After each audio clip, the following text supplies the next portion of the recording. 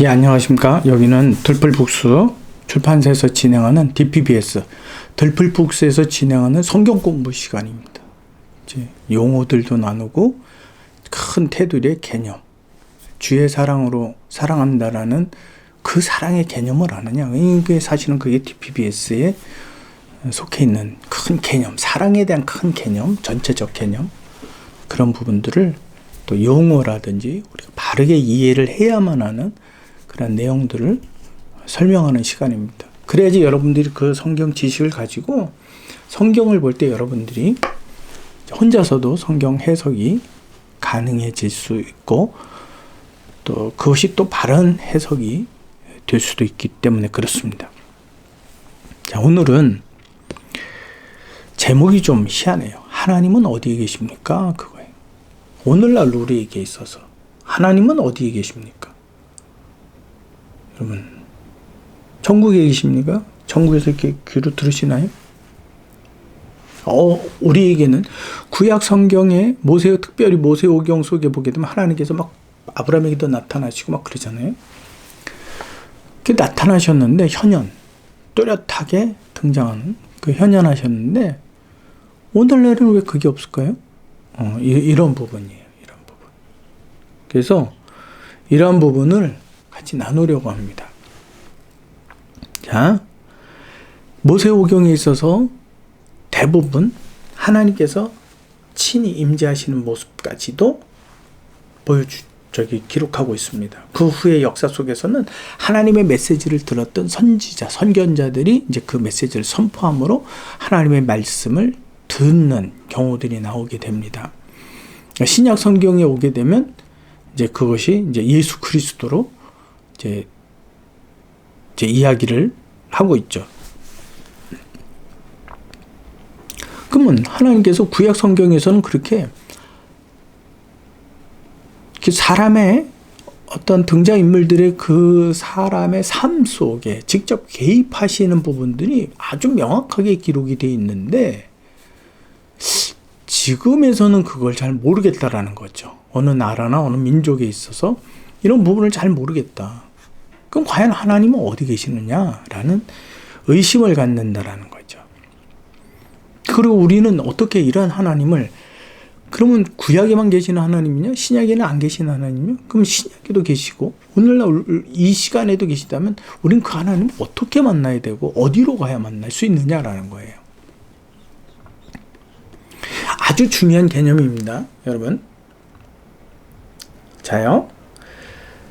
사람의 역사는 어느 시대 누구든지 지역에 상관없이요, 문명의 발달과도 전혀 무관하게 그 사람은 전체가 단 하나의 조건을 가지고 있는데 그게 바로 원죄라고 하는 것을, 죄를 가지고 있는 존재라는 거예요.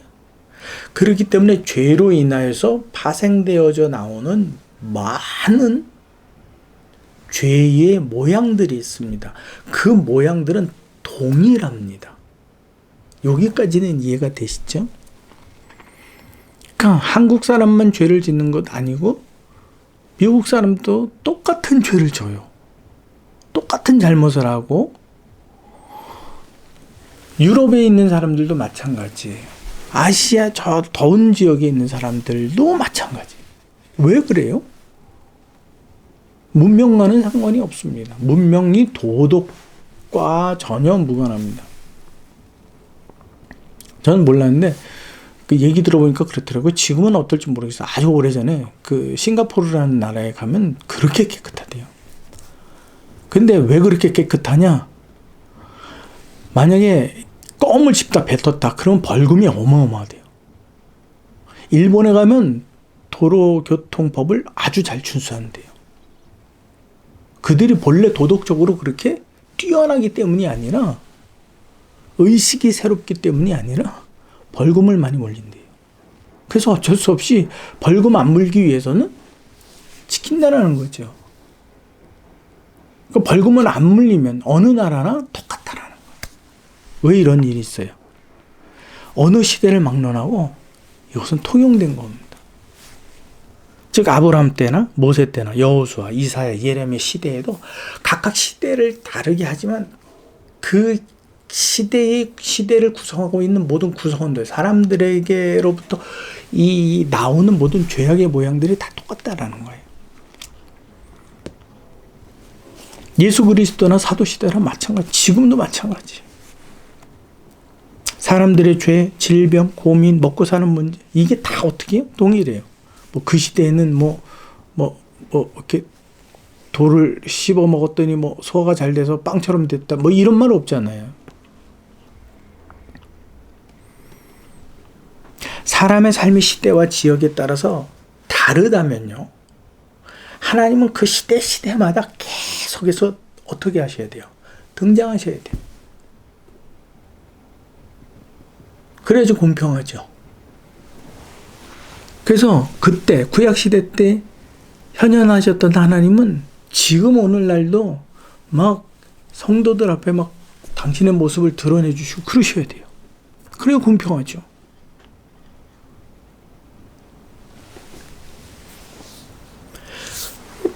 구약시대 그 모세오경에 드러난 기록되어져 있는 하나님의 현현의 사건들, 그 믿음의 족장들을 인도하셨던, 그들을 그 믿음의 성숙한 자로 인도하셨던, 그때마다 나타나시고 말씀하시고 그들로 하여금 그 언약을 기억하게 하신 그 하나님의 개입, 등장, 이 모든 것들이 그 시대뿐 아니라 오늘날 우리 시대에도 똑같다라는 거예요. 왜요?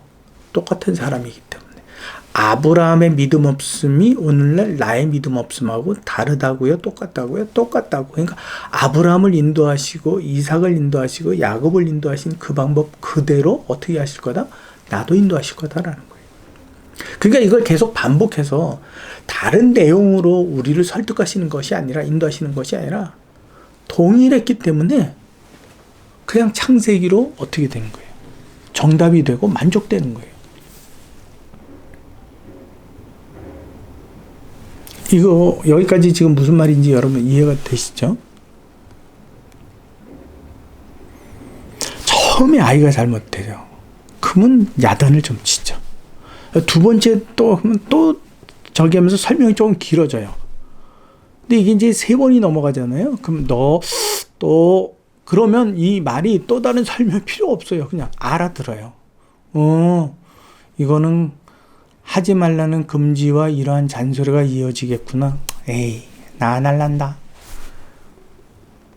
그만둬요.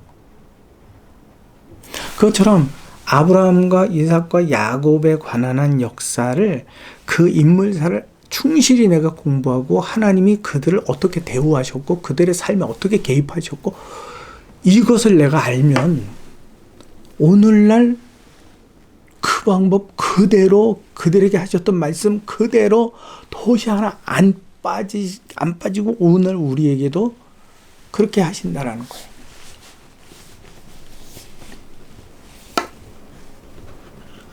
그래서 같은 방법, 같은 말씀, 같은 위로, 같은 책망, 이 다 똑같아요. 그러니까 이걸 똑같으면 계속 쓸 필요가 없잖아요. 구약성경 모세오경으로 충분하고 더 연장이 되어서 이스라엘의 전 역사 과정, 그것으로 충분한 거예요.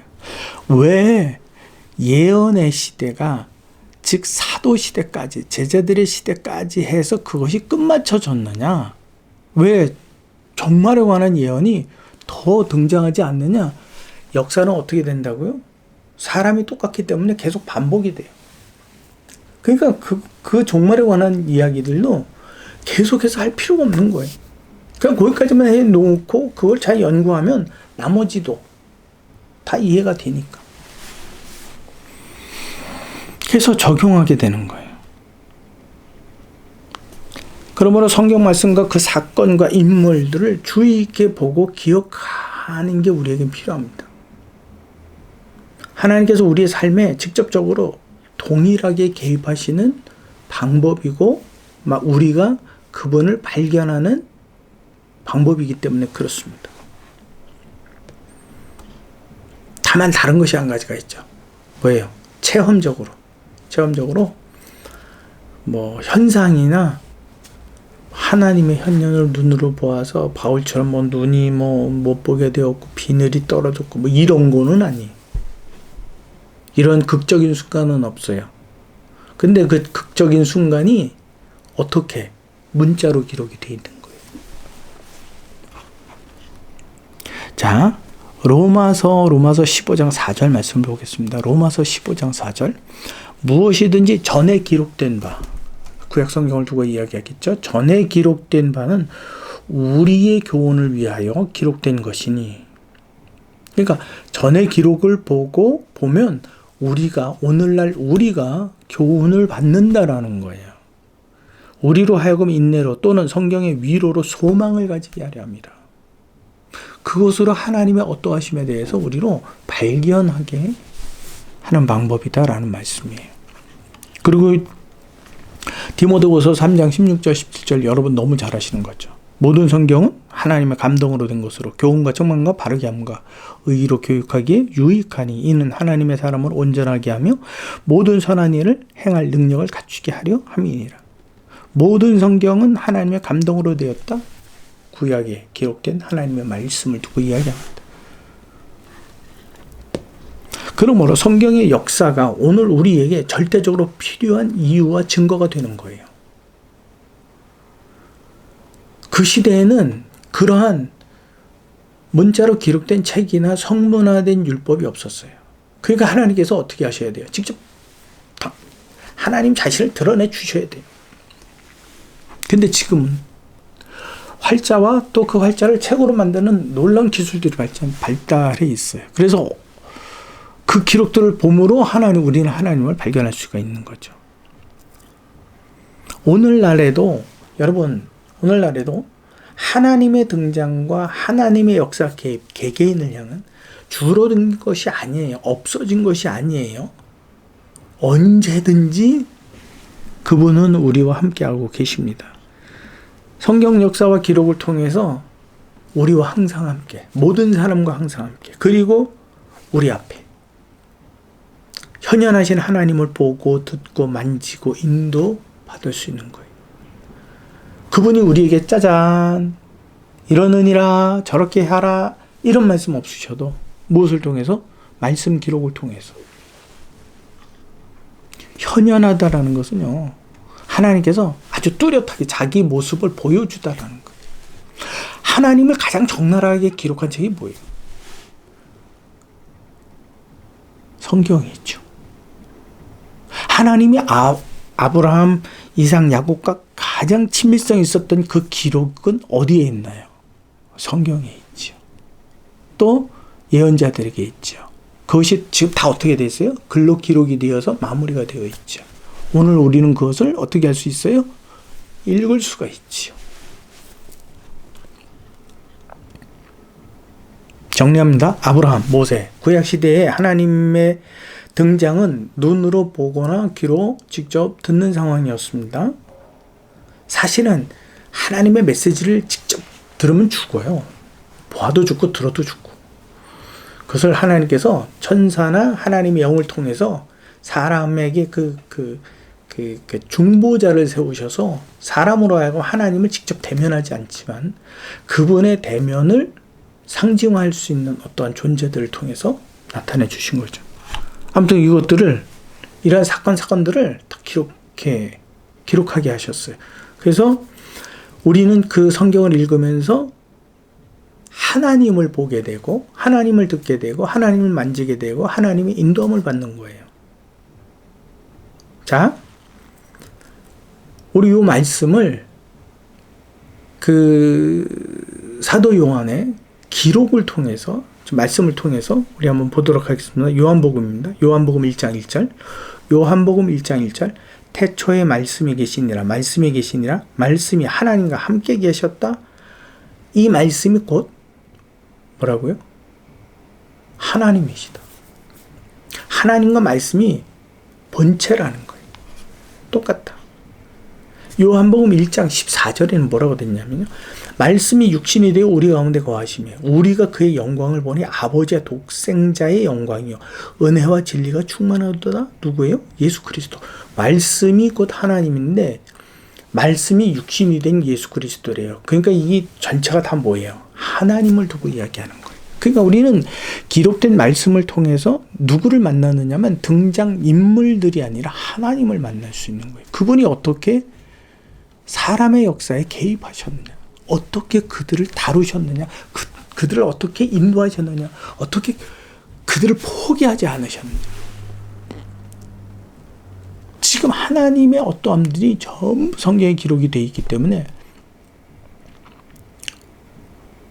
우리는 그 성경을 통해서 하나님의 현현을 정확하고 동일하게, 아주 중요한 겁니다. 동일하게. 자, 어떤 은사적인 체험들로만 이루어졌다고 생각을 해 보십시오. 그 은사적인 체험에는 기준이라는 게 없어요. 기준이라는 게 없어요. 그렇기 때문에 A는 이러한 경험을 했다면 이렇게 설명할 테고, B는 이렇게 경험했으니 저렇게 설명할 테고, C는 또 다르게, 각각 다 달라요. 근데 성경이라는 동일한 매체를 가지고서는요, 그분의 말씀으로 연구하다 보면 그 내용들이 다 어떻게 돼요? 서로 각각이 다른 하나님을 말하지 않습니다. 동일한 하나님을 이야기합니다.